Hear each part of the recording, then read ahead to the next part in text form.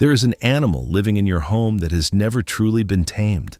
It sleeps on your furniture, eats food you prepared, and curls against you at night.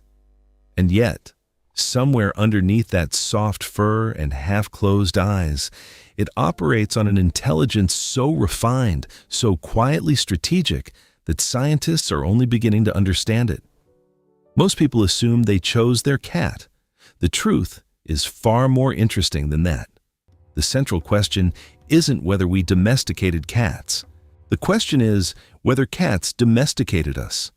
To understand this, we need to go back roughly 10,000 years to the fertile valleys of the ancient Near East, where human civilization was making one of its most consequential decisions: agriculture. As humans began storing grain, something followed them out of the wild.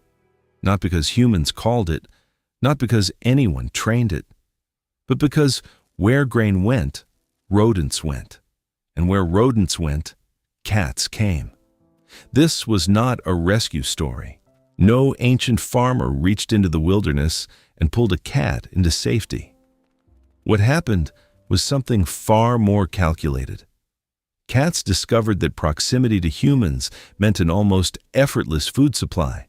But moving closer to these strange, loud, fire-making creatures required something extraordinary. It required a cat to suppress some of its deepest instincts: fear, aggression, distance. The cats that could tolerate human presence thrived. The ones that couldn't, didn't.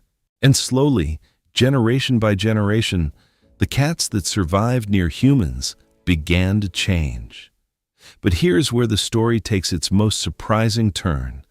Unlike dogs, who were actively shaped by humans over thousands of years, bred for work, for loyalty, for specific behaviors, cats were never truly bred for anything.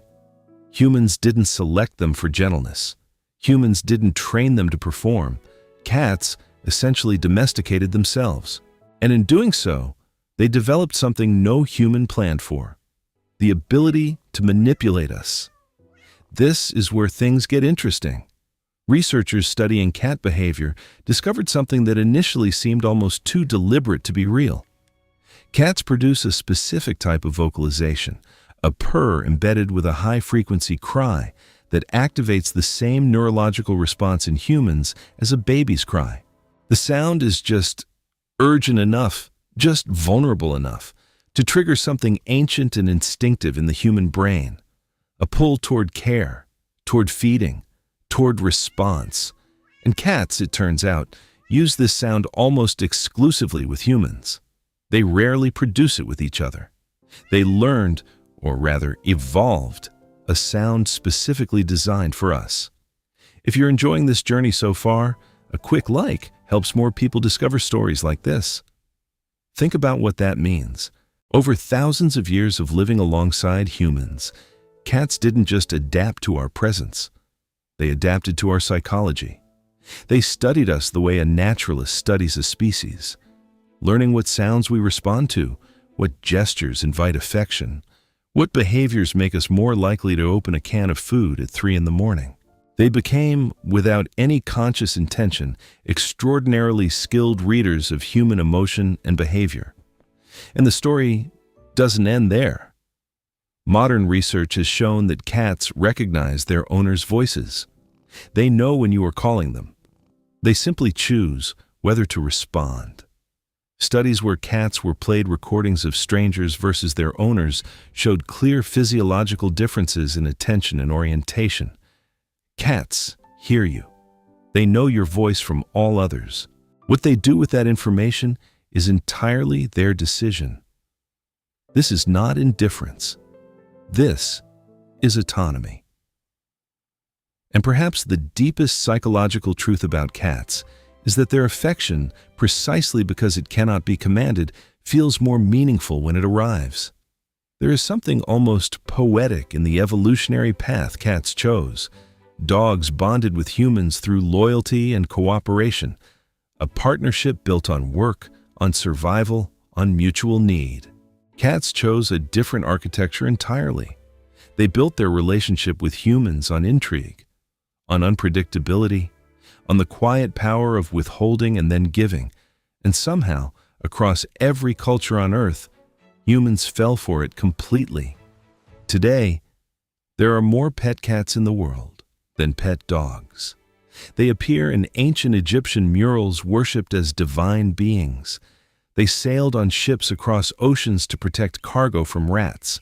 They live in palaces and in small apartments, in cities and in countryside homes, always half wild, always watching. And in every one of those places, a human is feeding them, warming a space for them, interpreting their moods, and wondering what they are thinking. Which is, when you consider the full arc of this story, exactly what a cat would want. The creature on your couch right now is not confused about who trained whom. It knows the sound that makes you come running. It knows the exact spot on your chest where it can settle and feel your heartbeat slow in response to its purr. It knows that waiting, staying still, staying quiet, staying just slightly out of reach, makes the moment you reach for it feel like a gift rather than a transaction. 10,000 years of evolution produced this, not by accident and not through any human design, just through the quiet, patient genius of a small predator that decided long ago that humans were worth keeping close. And if stories like this fascinate you, subscribing keeps you part of the journey. So the next time your cat stares at you from across the room and then slowly, deliberately blinks, know that somewhere in that gesture is 10,000 years of history. An entire species that learned to speak just enough of our language to keep us completely devoted.